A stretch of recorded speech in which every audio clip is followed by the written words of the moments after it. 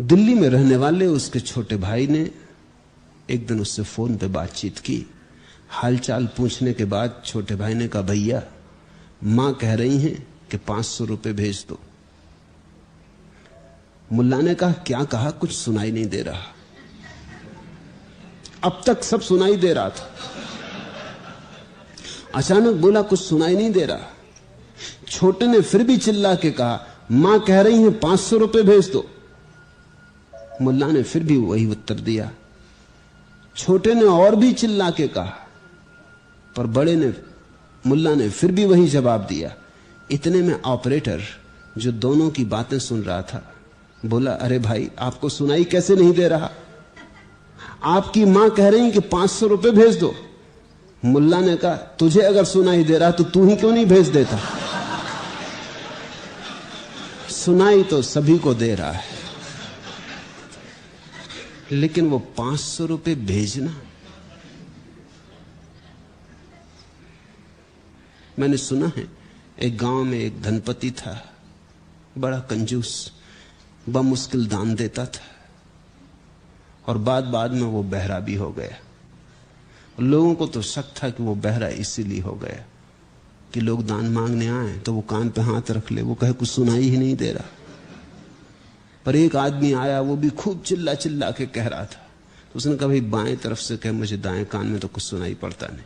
उसने बाएं कान में कहा बड़ी हिम्मत करके कि 100 रुपए दे, तो वो लाख सकता था, लेकिन वो कंजूस है, कृपण है। 100 रुपए सुन के उसने कहा कि नहीं भाई, बाएं कान में ठीक नहीं सुनाई पड़ रहा, तू दाएं में कह। दाएं तक आते उसने सोचा कि अब इसको सुनाई ही नहीं पड़ रहा, ना 100 सुनाई पड़ रहे हैं, तो क्यों ना बदल लूं। उसने कहा 200 रुपए। उसने कहा फिर बाएं वाली बात ही ठीक। फिर जो बाएं से सुनाई पड़ा वो ही ठीक। सुनाई तो सब पड़ रहा है, बहरे बने बैठे हो, क्योंकि सुनो तो जीवन में एक क्रांति घटेगी। और तुम इस बात के लिए भी राजी हो, अगर कोई तुमसे कहे कि ठीक कुछ करना है, तो तुम कहते हो करने को हम राजी हैं, क्योंकि करने में तत्क्षण तो क्रांति होने वाली नहीं। करेंगे, अभी कोई जल्दी तो है नहीं, आज तो होने वाला नहीं, कल करेंगे, परसों करेंगे। लेकिन जनक की बात सुनने की हिम्मत नहीं है, क्योंकि जनक कहते हैं अभी हो सकता। तुम्हें बचने का जरा भी तो अवसर नहीं देते, तुम्हें भागने का जरा भी तो उपाय नहीं देते, तुम स्थगित कर सको इतनी बेईमानी की गुंजाइश नहीं छोड़ते। इसलिए अष्टावक्र की गीता प्रभावी नहीं हो सकी। मुझसे लोग पूछते हैं कि इतना महाग्रंथ कृष्ण की गीता तो इतनी प्रभावी हुई, अष्टावक्र की गीता प्रभावी क्यों ना हो सकी? कारण साफ है। कारण यह है कि अष्टावक्र कहते हैं अभी हो सकता, और इतना दांव लगाने की हिम्मत बड़ी विरली हिम्मत कभी होती किसी में। इसलिए ऐसी बात को लोग सुनते ही नहीं, पढ़ते ही नहीं। लोग तो ऐसी बात पढ़ते सुनते हैं जिसमें उनको सुविधा रहे। ये अकर्मण्यता की शिक्षा नहीं, ये इतनी ही शिक्षा है कि कर्ता तुम न रहो, कर्ता परमात्मा हो। लेकिन लोग अपने ही ढंग से समझते। मैंने सुना है मुल्ला नसरुद्दीन एक स्त्री के प्रेम में था। वो स्त्री जरा चिंतित थी, संदिग्ध थी। एक दिन उसने पूछा, जब शादी बिल्कुल करीब ही आने लगी और दिन बहुत निकट आने लगा, तो उस स्त्री ने पूछा कि नसरुद्दीन, क्या तुम शादी के बाद भी मुझे इतना ही प्यार करोगे, ऐसा ही प्रेम करोगे जैसा अभी करते हो? नसरुद्दीन ने कहा, क्यों नहीं, तुम तो जानती ही हो कि मुझे शादीशुदा औरतें ज्यादा पसंद है। आदमी की समझ अपनी समझ से ही देखेगा, अपनी ही समझ से व्याख्या करेगा। अपनी समझ के बाहर हम नहीं निकल पाते, इसलिए परमात्मा की समझ हमारे हाथों में नहीं उतर पाती। हम थोड़ी अपनी समझ को एक तरफ रखें। अलक्ष्य स्फुरना का अर्थ होता है तुम स्वभाव पर छोड़कर देखो, क्षण क्षण जियो। जो अष्टावक्र अलक्ष्य स्फुरना से कह रहे हैं, वही बुद्ध ने कहा है क्षणवाद से, क्षण क्षण जियो। आगे के क्षण का विचार मत करो। इस क्षण जो हो होने दो, आगे का क्षण जब आएगा तब आएगा। जीसस ने कहा है आगे का क्षण अपनी फिक्र स्वयं कर लेगा। जीसस ने कहा देखो खेतों में उगे हुए लिली के फूल कितने सुंदर हैं, न इन्हें कल की चिंता है, न बीते कल की कोई याद, न ये श्रम करते, न ये रंग जुटाते, न सुगंध जुटाते, सब किसी अलक्ष्य स्फुरना से हो रहा है। और जीसस ने कहा है अपने शिष्यों से कि मैं तुमसे कहता हूं कि सम्राट सोलोमन भी अपने बहुमूल्य वस्त्रों में इतना सुंदर न था जितने ये लिली के फूल। अलक्ष्य स्फुरना का अर्थ है जैसे फूल हैं, पक्षी हैं, ये सारी प्रकृति का विराट खेल चल रहा है। इस खेल में तुम भी भागीदार हो जाओ, करता ना रहो, जो परमात्मा कराए होने दो। मुल्ला एक दिन अपने घर आया और उसने देखा उसका मित्र उसकी पत्नी को चूम रहा है, तो बड़ा हैरान हो गया, सत्ते में खड़ा हो गया। मित्र भी घबरा गया, पत्नी भी घबरा गई और वो कुछ बोले ही नहीं। मित्र ने पूछा कुछ बोलो तो। उसने कहा बोले क्या, मुझे तो करना पड़ता है ये, लेकिन तुम क्यों कर रहे हो? मुझे तुम्हारी बुद्धि पे तरस आता है। खैर मेरी वो पत्नी है तो मुझे करना पड़ता है, इसमें कोई, मगर तुम्हें क्या हुआ? जो करना पड़ता है उसमें से सब रस चला जाता है, वो चाहे पत्नी का चुंबन ही क्यों ना हो। दुलार और प्रेम और आलिंगन भी कष्टपूर्ण मालूम होने लगते हैं अगर करने पड़े, अनिवार्य। मैं एक संस्कृत विद्यालय में शिक्षक था। जब मैं पहले वहां गया तो संस्कृत महाविद्यालय था, तो पंडितों का राज्य था वहां। तो मैं तो बिल्कुल एक उपद्रव की तरह वहां पहुंच गया। कुछ भूल चूक हो गई सरकार की, वो मुझे वहां ट्रांसफर कर दिया। जल्दी उन्होंने फिर सुधार ली, 6 महीने मुझे वहां से हटाया क्योंकि वहां बड़ा उपद्रव शुरू हो गया। वो तो सब पंडित थे और वहां तो उन्होंने बड़ी अजीब हालत कर रखी थी। तो मैं, कोई मेरे पास रहने की जगह ना थी, तो छात्रावास में मैं रुका। कोई 70-80 विद्यार्थी छात्रावास में थे। उनको 3 बजे रात उठना पड़ता था, अनिवार्य। संस्कृत महाविद्यालय कोई इस आधुनिक सदी का तो नहीं, गुरुकुल पुराना। 3 बजे रात उठना, सर्दी हो कि गर्मी, वर्षा हो कि कुछ, 3 बजे तो उठना ही पड़ता। और फिर सबको कुएं पे जाके स्नान करना। मैं भी गया। जब 3 बजे पूरा हासिल उठाया तो मैं भी उठा, मैं भी गया कुएं पे। मुझे लोग तब जानते भी नहीं थे, पहले ही दिन आया था, तो किसी ने मेरी फिक्र भी नहीं की। वो अपने नहा रहे थे और वो गाली दे रहे थे, प्रिंसिपल से लेकर परमात्मा तक, मां बहन की गाली। मैंने सुना ये भी खूब हो रहा।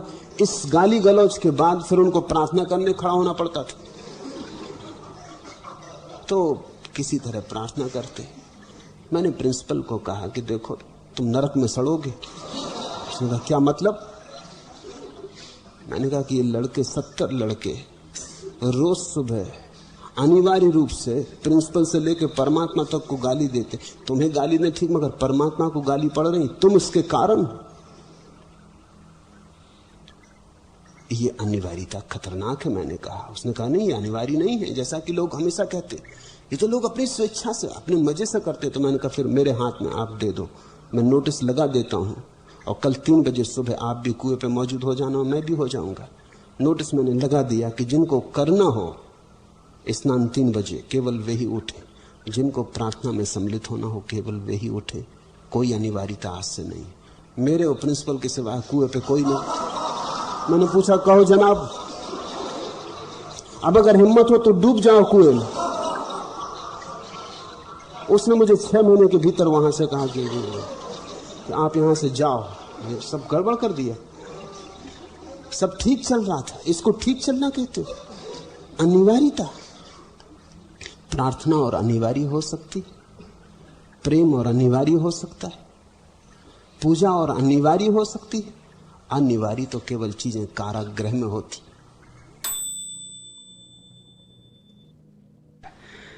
असली कुशल राजनीतिक का अर्थ ही यही है। जब कुछ कुशल राजनीतिक नहीं होते तो उनकी अकुशलता का कारण क्या होता है? इतना ही होता है कि अकुशल राजनीतिक वही है जो ये सोचने लगता दुनिया मेरे पीछे चल रही है, वो झंझट में पड़ता है। मुरारजी देसाई से पूछो।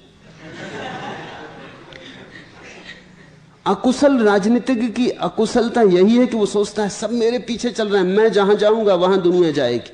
वो गलती में है। कुशल राजनीतिक वो है जो देख लेता लोग किस तरफ जा रहे हैं, उसी तरफ उनके आगे आगे चलने लगता है। समाजवाद सही,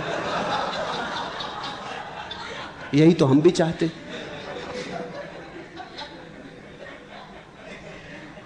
मुल्ला नसरुद्दीन अपने गधे पे भागा जा रहा था। एक बाजार में लोगों ने उसे रोक लिया और पूछा कि कहां जा रहा है। उसने कहा मुझसे मत पूछो, मेरे गधे से पूछो, क्योंकि मैं राजनीतिज्ञ हूं। पहले मैंने बहुत कोशिश की इस गधे को चलाने की, मगर गधा है, हम बाएं चलाएं वो दाएं जाए, बीच बाजार में मखौल उड़े, भीड़ इकट्ठी हो जाए। अरे नसरुद्दीन तुम्हारे गधे पे भी बस नहीं, क्या करें? फिर हमें समझ में आया कि गधे के साथ राजनीति करनी चाहिए। अब गधा जिस तरफ जाता हम उसी तरफ जाते। दुनिया यही समझती कि हम गधे को चला रहे हैं और गधा हमको चला रहा है। दिन अपने बेटे को जीवन की शिक्षा दे रहा है। वो उससे कहता है कि इस ऊपर की सीढ़ी पे चढ़ जा। वो बेटा पूछता है कारण क्या जरूरत है? नसरुद्दीन कहता है ज्यादा बातचीत नहीं, श्रद्धा पूर्वक ऊपर चढ़। वो लड़का बेचैनी से ऊपर चढ़ता है। ऊपर जब वो पहुंच जाता है सीढ़ी पर तो नसरुद्दीन कहता है ये मेरी बाहें फैली हैं तो कूद जा। वो कहता है लेकिन मतलब जरूरत? नसरुद्दीन कहता है श्रद्धा रख, घबरा मत, मैं तेरा बाप हूं, हाथ फैलाए खड़ा हूं, कूद जा। लड़का कूद जाता है। नसरुद्दीन जगह छोड़ के खड़ा हो जाता है, उसका जमीन पे गिरता है, दोनों पैरों में चोट लगती, वो रोता। नसरुद्दीन कहता देख, जिंदगी के लिए तुझे एक शिक्षा देता हूं, किसी का भरोसा मत करना, अपने बाप का भी मत करना।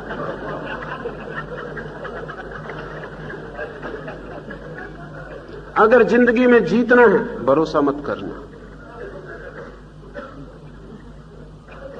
भरोसा किया कि हारा।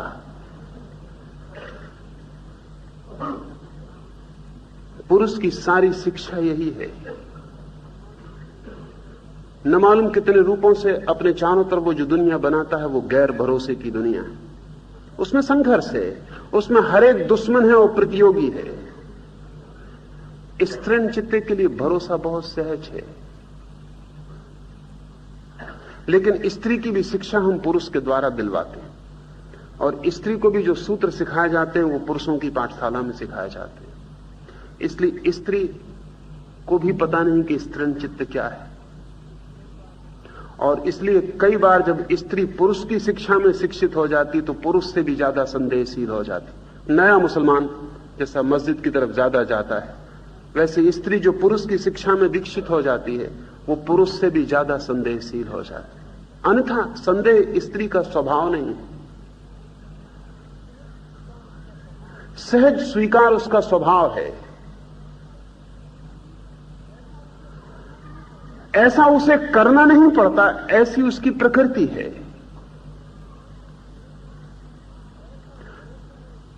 ऐसा भरोसे में जीना उसका ढंग ही है, उसके जीवन का ढंग ही है, the very way of life. उसके खून और उसकी हड्डी और मांस मज्जा में भरोसा है।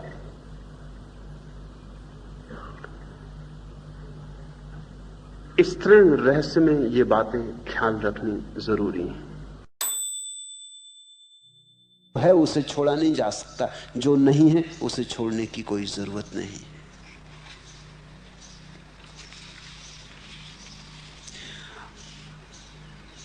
हम जो देखना चाहें देख लेते हैं।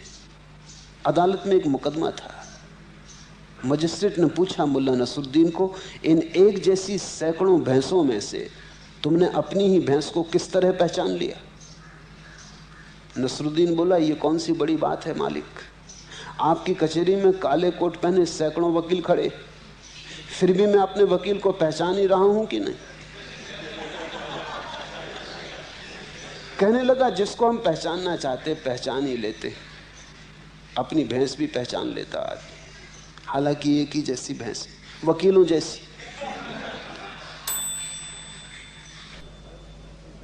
मुल्ला नसरुद्दीन के घर उसका डॉक्टर कई दफा आदमी भेजा कि तुम अपने बेटे का बिल नहीं चुका रहे हो। तुम्हारे बेटे को चेचक की बीमारी हुई थी और मैं इतनी बार आया, इतनी दवा की। जब नौकर को सुना ही नहीं उसने और बार बार लौटा दिया, तो डॉक्टर एक दिन खुद ही गया और मुल्ला से कहा कि नसरुद्दीन, चुकाते हो बिल की नहीं? नसरुद्दीन ने कहा, बिल मुझसे मांगते हो, चुकाओ तुम, क्योंकि मेरे लड़के ने ही चेचक पूरे स्कूल में फैलाई।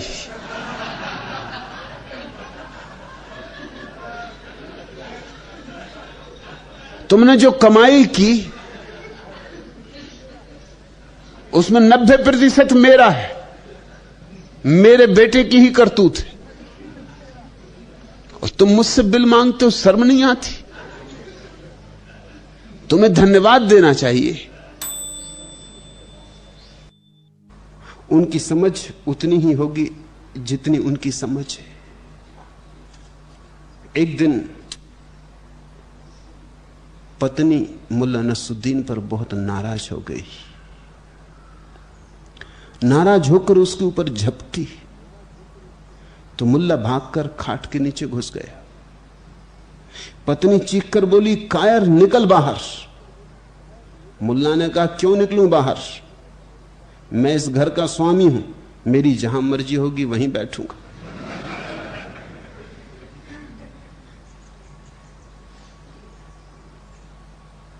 ये किस भांति का स्वामित्व हुआ? खाट के नीचे छिपे बैठे और कह रहे हैं जहां मर्जी होगी वहां बैठेंगे। घर का स्वामी कौन है? तुम्हें अपने ही स्वामित्व का पता नहीं? तुम मेरा निर्णय करोगे? तुम अपना ही कर लो, उतना काफी। मुल्ला नसरुद्दीन अपने डॉक्टर के पास गया था। डॉक्टर साहब, कहने लगा वो, अगर किसी दिन मैं यहां आके पतलून की जेब से इतने नोट निकालूं कि आपके पिछली सभी बिलों का भुगतान हो जाए, तो आप क्या मानेंगे, क्या समझेंगे? डॉक्टर ने कहा, यही कि तुम किसी दूसरे का पतलून पहने हुए। तुम्हें भरोसा नहीं आता, मैं कह भी रहा हूं, तो भी तुम सुनते हो। तुम कहते हो हुआ होगा जनक को, मगर ये पतलून अपनी नहीं। तुम तो जानते हो अपनी पतलून में हाथ डालेंगे तो खाली। हाथ ही तुमने नहीं डाला है, खाली का तुमने भरोसा कर लिया है बिना खोजे। तुम तो सदा ये देखते हो कि जहां भी आनंद है वो किसी दूसरे के पास है, मेरे पास कहां। मुस्कुराहटें सब दूसरों की हैं, आंसू सिर्फ तुम्हारे, ऐसी तुम्हारी धारणा हो गई। दुख केवल तुम्हारे हैं, सुख सब पराए। ये गीत घटते हैं किसी और को, तुम्हारे जीवन में तो सदा दुख ही दुख बरसता है। ये अमृत बरसता होगा कहीं किसी सौभाग्यशाली को। तुम्हें भरोसा नहीं आता। मैं कहता हूं ये पतलून तुम्हारी है, हाथ तो डालो। तुम कहते हो क्या सार बार बार हाथ डालने से, वहां कुछ भी नहीं। तुमने कभी हाथ डाला ही नहीं और कुछ भी नहीं है, इस भ्रांति में तुम पड़ गए हो। एक बार अपने भीतर झांको तो।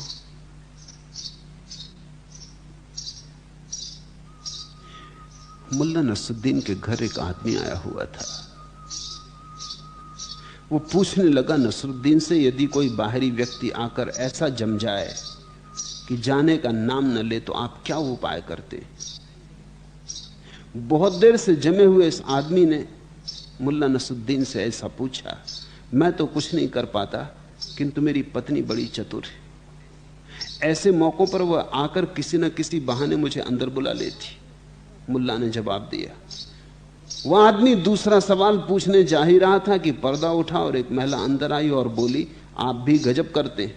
शर्मा जी के घर 6 बजे चलना है और आप बैठ के गप्पे लगा रहे हैं। गुरु का कुल काम इतना है कि जो तुम नहीं कर पा रहे हो वो तुम्हें चौंका दे। वो कह दे आके कि 6 बजे शर्मा जी के घर चलना है और तुम बैठ के गप्पे लगा रहे हो। गुरु तुम्हें कहीं ले जाता नहीं, सिर्फ जगाता है, सिर्फ याद दिलाता है कि छोड़ो ये गप्पे, समय और मत गमाओ। ऐसे भी बहुत गमा चुके हो।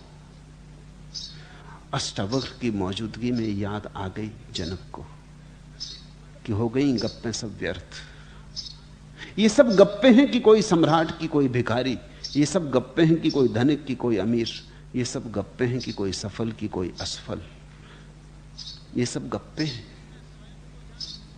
ये सब कल्पनाएं हैं। हम एक दूसरे को सहारा दिए और इन कल्पनाओं में हम जीते चले जाते। ये हमारे रचे हुए नाटक है, ये हमारे खेल है। अगर किसी को सफल होना तो किसी को असफल होना पड़ेगा।